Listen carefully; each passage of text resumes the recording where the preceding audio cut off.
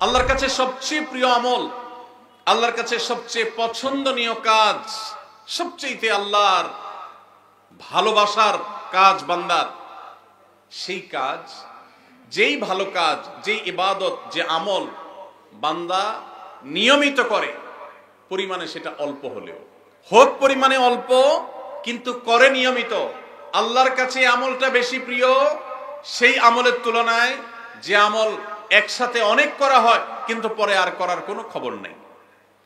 কেউ রমজানে কোরআনে কারীম 2 খতম দিয়েছেন, মাশাআল্লাহ, কেউ 3 খতম দিয়েছেন, কিন্তু রমজানের পরে কোরআনে কারীম 3 খতম, 2 খতম, 1 খতম দেয়া তো দূরের কথা, পরবর্তী রমজান পর্যন্ত আর কোরআনটা ছুঁয়ে দেখা হয় না, খুলে পড়া হয় না, তেলাওয়াত করা হয় না, 1 পৃষ্ঠা পড়ার সুযোগ হয় না।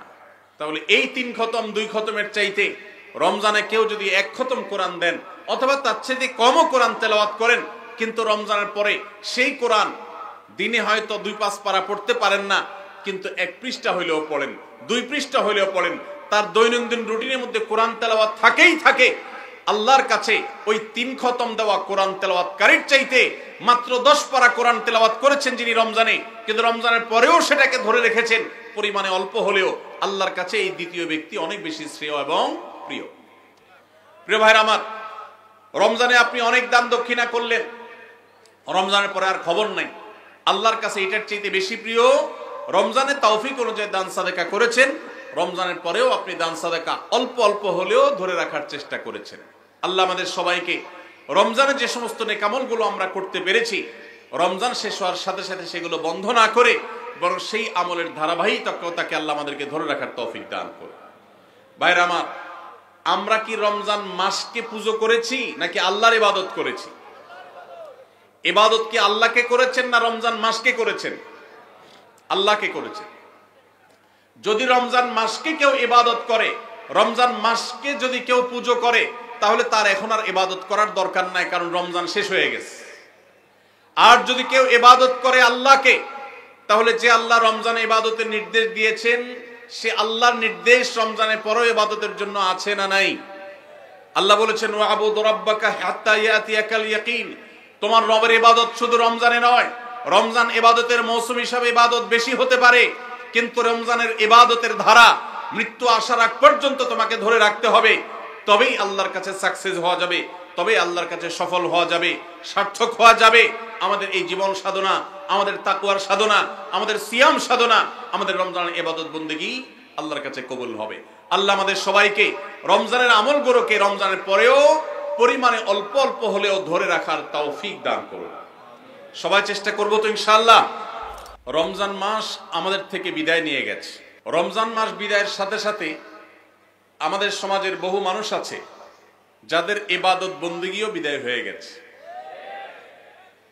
আমরা অনেকে রমজান মাস শেষ হওয়ার পর মাথার টুপিটা খুলে ভাঁজ করে এমন ভাবে রেখে দিয়েছি যেন আবার আগামী বছর রমজান আসলে সেই টুপি খুলে আমরা মাথায় দেব। আমাদের কি শুধু ইবাদত বন্দেগী রমজানেই করা দরকার, না রমজানের পরেও করতে হবে? কতদিন পর্যন্ত আমাদের ইবাদত বন্দেগী নেকামল চলা উচিত, এ সম্পর্কে কোরআনে কারীমে আল্লাহ রাব্বুল আলামিন বলেন, ওয়াবুদু রাব্বাকা হাত্তা ইয়াতিয়াকাল ইয়াকিন। তুমি তোমার রবের ইবাদত করতে থাকো। কতদিন? ঈদুল ফিতরের চাঁদ দেখার আগ পর্যন্ত। কি বলেন? ঈদুল ফিতরের চাঁদ ওঠার আগ পর্যন্ত ইবাদত করো, এরকম কিছু? আল্লাহ বলেছেন, ওয়াবুদু রাব্বাকা হাত্তা ইয়াতিয়াকাল ইয়াকিন। তোমার মৃত্যু আসার আগ পর্যন্ত তোমার রবের ইবাদত তুমি কন্টিনিউ করতে থাকো, নিয়মিত করতে থাকো, ইবাদতের ধারাকে অব্যাহত রাখো, ইবাদত থামাবে না মৃত্যু আসার আগ পর্যন্ত।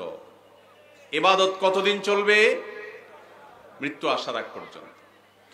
আমরা যারা রমজানের মৌসুমী মুসল্লি হয়েছি, রমজানের পরে আর মসজিদের দিকে আমাদেরকে আসতে দেখা যায় না।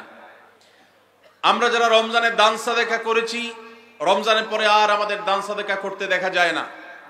আমরা যারা রমজানে কোরআন তেলাওয়াত করেছি, তারাবির নামাজে কোরআন শ্রবণ করেছি, শুনেছি, রমজান চলে যাওয়ার পরে কোরআন আর ছুঁয়ে দেখা, স্পর্শ করার তৌফিক সুযোগ আমাদের যাদের হয় না, প্রিয় ভাইরা আমার, আমাদের জন্য অত্যন্ত ভয়াবহ একটা বার্তা আছে। সে বার্তা কি? আল্লাহ রাব্বুল আলামিন কোরআনে হাকিমে ইরশাদ করেছেন তিনি কার আমল ইবাদত কবুল করেন। আমরা যারা রমজানে প্রত্যেকে যার যার সাধ্য অনুযায়ী কম বেশি ভালো কাজ করার চেষ্টা করেছি, রমজানে রোজা রেখেছি, তারাবির নামাজ পড়েছি, কোরআন তেলাওয়াত করেছি, কোরআন তেলাওয়াত শুনেছি, দান সাদাকা করেছি, তাসবিহ তাহলিল করেছি, দোয়া করেছি, রোনাজারি করার চেষ্টা করেছি, যতটুকু তৌফিক হয়েছে ভালো কাজ করার চেষ্টা করেছি। রমজান মাসে যে সমস্ত ভালো কাজ, যে সমস্ত নেকামল আমরা করেছি, এর কোনটা আল্লাহর কাছে কবুল হয়েছে আর কোনটা হয়নি এটা বোঝার বা এটার নিশ্চিতভাবে জানার কোনো উপায় বা সিস্টেম কি আছে?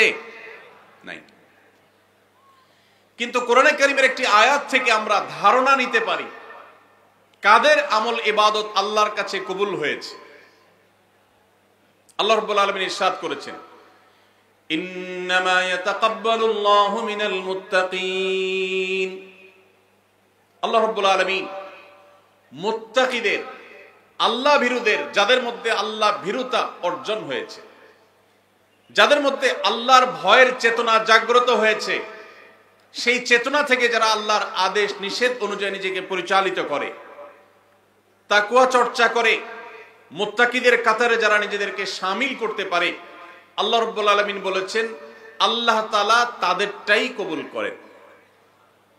অতএব যদি রমজানের পরেও আপনার মসজিদের আনাগোনা, মসজিদের আসা যাওয়া বলবৎ থাকে, অব্যাহত থাকে, রমজানের পরেও যদি আপনার কোরআন খুলে তেলাওয়াত করার সুযোগ সৌভাগ্য অর্জন হয়, রমজানের পরেও যদি আপনার মাঝে মধ্যে হলেও আল্লাহর কাছে দুহাত তুলে দোয়া করবার তৌফিক হয়, সুযোগ হয়, সামর্থ্য হয়, রমজানে অনেক বেশি দান সাদাকা করেছেন, রমজানের পরে এত বেশি পারেন না, অল্প হলেও দান সাদাকা করার চেষ্টা করেন, তাহলে আপনি আল্লাহর কাছে নিজেকে সেই সৌভাগ্যবান মানুষদের কাতারে শামিল বলে সুধারণা করতে পারেন যাদের রমজানের আমল ইবাদত আল্লাহ তাআলা কবুল করেছেন। আলহামদুলিল্লাহ।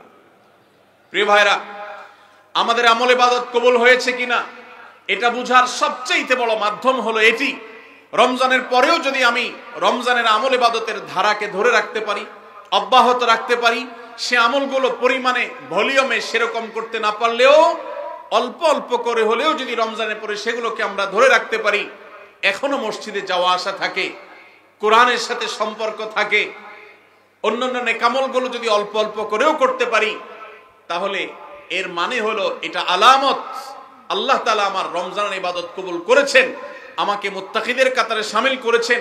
রমজানের পরে এখন গুনাহ করতে গিয়ে বুকটা কাঁপে।